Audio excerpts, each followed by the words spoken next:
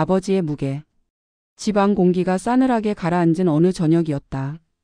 울그락불그락한 얼굴로 부엌을 지나 안방으로 들어간 아버지의 한숨이 방안을 훑고 지나갔다. 우리는 모두 숨을 죽였다. 다 가족의 발전을 위해 그런 거다. 변화되어야 할 때는 이렇게 혼도 나고 그러는 거다. 아버지의 낮고 단호한 목소리는 설득이 아니었다. 우리는 고개만 숙이고 아무 말도 못하고 있었다. 이내 말투를 누그러뜨린 아버지는 구멍가게에 가서 우유를 사오라 하셨다. 두려움에 떨며 우유를 사온 나는 조심스레 한 모금씩 마셨다. 그 하얀 우유가 어쩐지 고소한 맛은 어디 가고 쓰게 느껴졌다. 그날 큰 언니가 뺨을 맞게 된 경위는 이렇다. 온 가족이 시멘트를 개며 집을 꾸미던 날 회사 일 핑계로 피곤하다며 방에만 들어가 있던 것이 이유였다. 집안 공기가 싸늘하고 공기가 이상하리만큼 그날 밤은 길게 느껴져 밤잠을 설쳤다. 나는 왜 그 손찌검이 필요했는지 아버지를 이해할 수가 없었다. 병 주고 약 주는 꼴이라고 그때는 그렇게 생각했었던 것 같다. 어쩌면 어머니로 인해 빚독촉을 받으며 빚쟁이의 주먹에 아버지가 맞아서 그 멍든 마음을 집 안에서 분풀이 하듯 풀 데가 없어서 그랬는지도 모르겠다. 정말 무섭고 이해되지 않는 그런 아버지였다.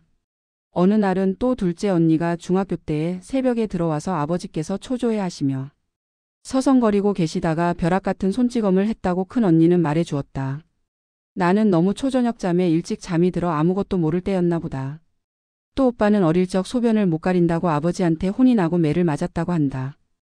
해병대 출신임을 자랑스러워 하셨던 아버지는 우리에게는 그냥 무서운 존재였다. 그런데 이상하게도 나와 동생에게는 조금 달랐다. 가끔씩 나와 동생에게는 웃음을 지으시며 주전부리 간식을 사주시기도 했다.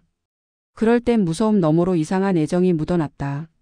나는 성인이 되어서는 그 무서움이 분노로 바뀌었다. 아버지와 나의 성격은 조금 닮아서 그런지 가끔씩 부딪히는 일도 있었다.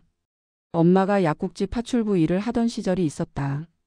남의 일이 아닌 내 일처럼 해주는 엄마에게 그 약국 사모는 수술 후라서 한쪽 팔이 힘이 없다며 기름때 낀 후라이팬 2개를 들고 와서는 닦아달라 했다. 세 번째 찾아왔을 때 나는 참다 못해 아버지께 말했다. 아버지가 엄마 남편이니까 그 약국 사모한테 한마디 해주세요. 후라이팬 같은 거 가지고 오지 말라고요. 그러나 아버지는 아무 말도 못했다. 정말 아버지는 남에게는 왜 그렇게 호의적이셨는지 잘 모르겠다. 그게 세상 사는 것이라면 그 시절에 우리는 얼마나 힘겹게 얼마나 애쓰며 살아내야 했던 걸까. 지금 돌아보면 아버지는 왜 그렇게 살 수밖에 없었는지 왜 그렇게밖에 표현할 수 없었는지 조금은 알 것 같다. 그 시절 그분도 버거운 무게를 짊어진 채 하루하루를 버텨내고 있었던 것이다. 거절하지 못하는 가족 그리고 나도 그러나 나는 어려서부터 예스라는 말을 너무 많이 배웠다. 엄마도 아버지도 거절을 잘 못하는 사람들이었다. 특히 남에게. 그런데 며칠 후 그 약국 사모님으로부터 들려온 말. 그 집 딸 보통 내기가 아니더라. 부모님께 참 잘하는 효녀더라. 나는 안도의 숨을 내쉬었다.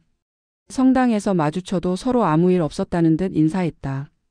그러나 내 마음속엔 한 가지 질문이 자꾸 울렸다. 혹시 내가 너무 당돌했던 건 아닐까?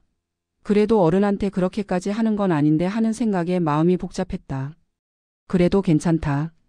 내 삶을 조금씩 터득해 살아나가는 22살의 애틋한 억셈이었음을. 어느 날 또 이런 일이 있었다. 내가 시집간 후 이웃엄마가 300만 원을 빌려달라고 했을 때 나는 없는 형편에 정중히 거절했다. 그러나 그 뒤로 마음이 오래 불편했고 그 후 멀어지게 되었다. 거절이라는 건 내게 평생의 숙제였다. 어느 날 고등학교 2학년 여름이었다. 둘째 언니는 정신질환으로 해마다 여름만 되면 재발을 한다. 나는 언니가 너무 싫었다. 그리고 두려웠다. 집안은 늘 폭풍 전야 같았다. 정신병원도 많지 않았고 한 달 입원비는 80만 원. 우리 집이 감당할 수 없는 돈이었다. 어느 아침 학교로 향하던 길. 400m쯤 앞에서 사람들이 싸우고 있었다. 가까이 가보니 그게 언니였다. 언니는 누군가에게 욕하며 싸우고 있었다.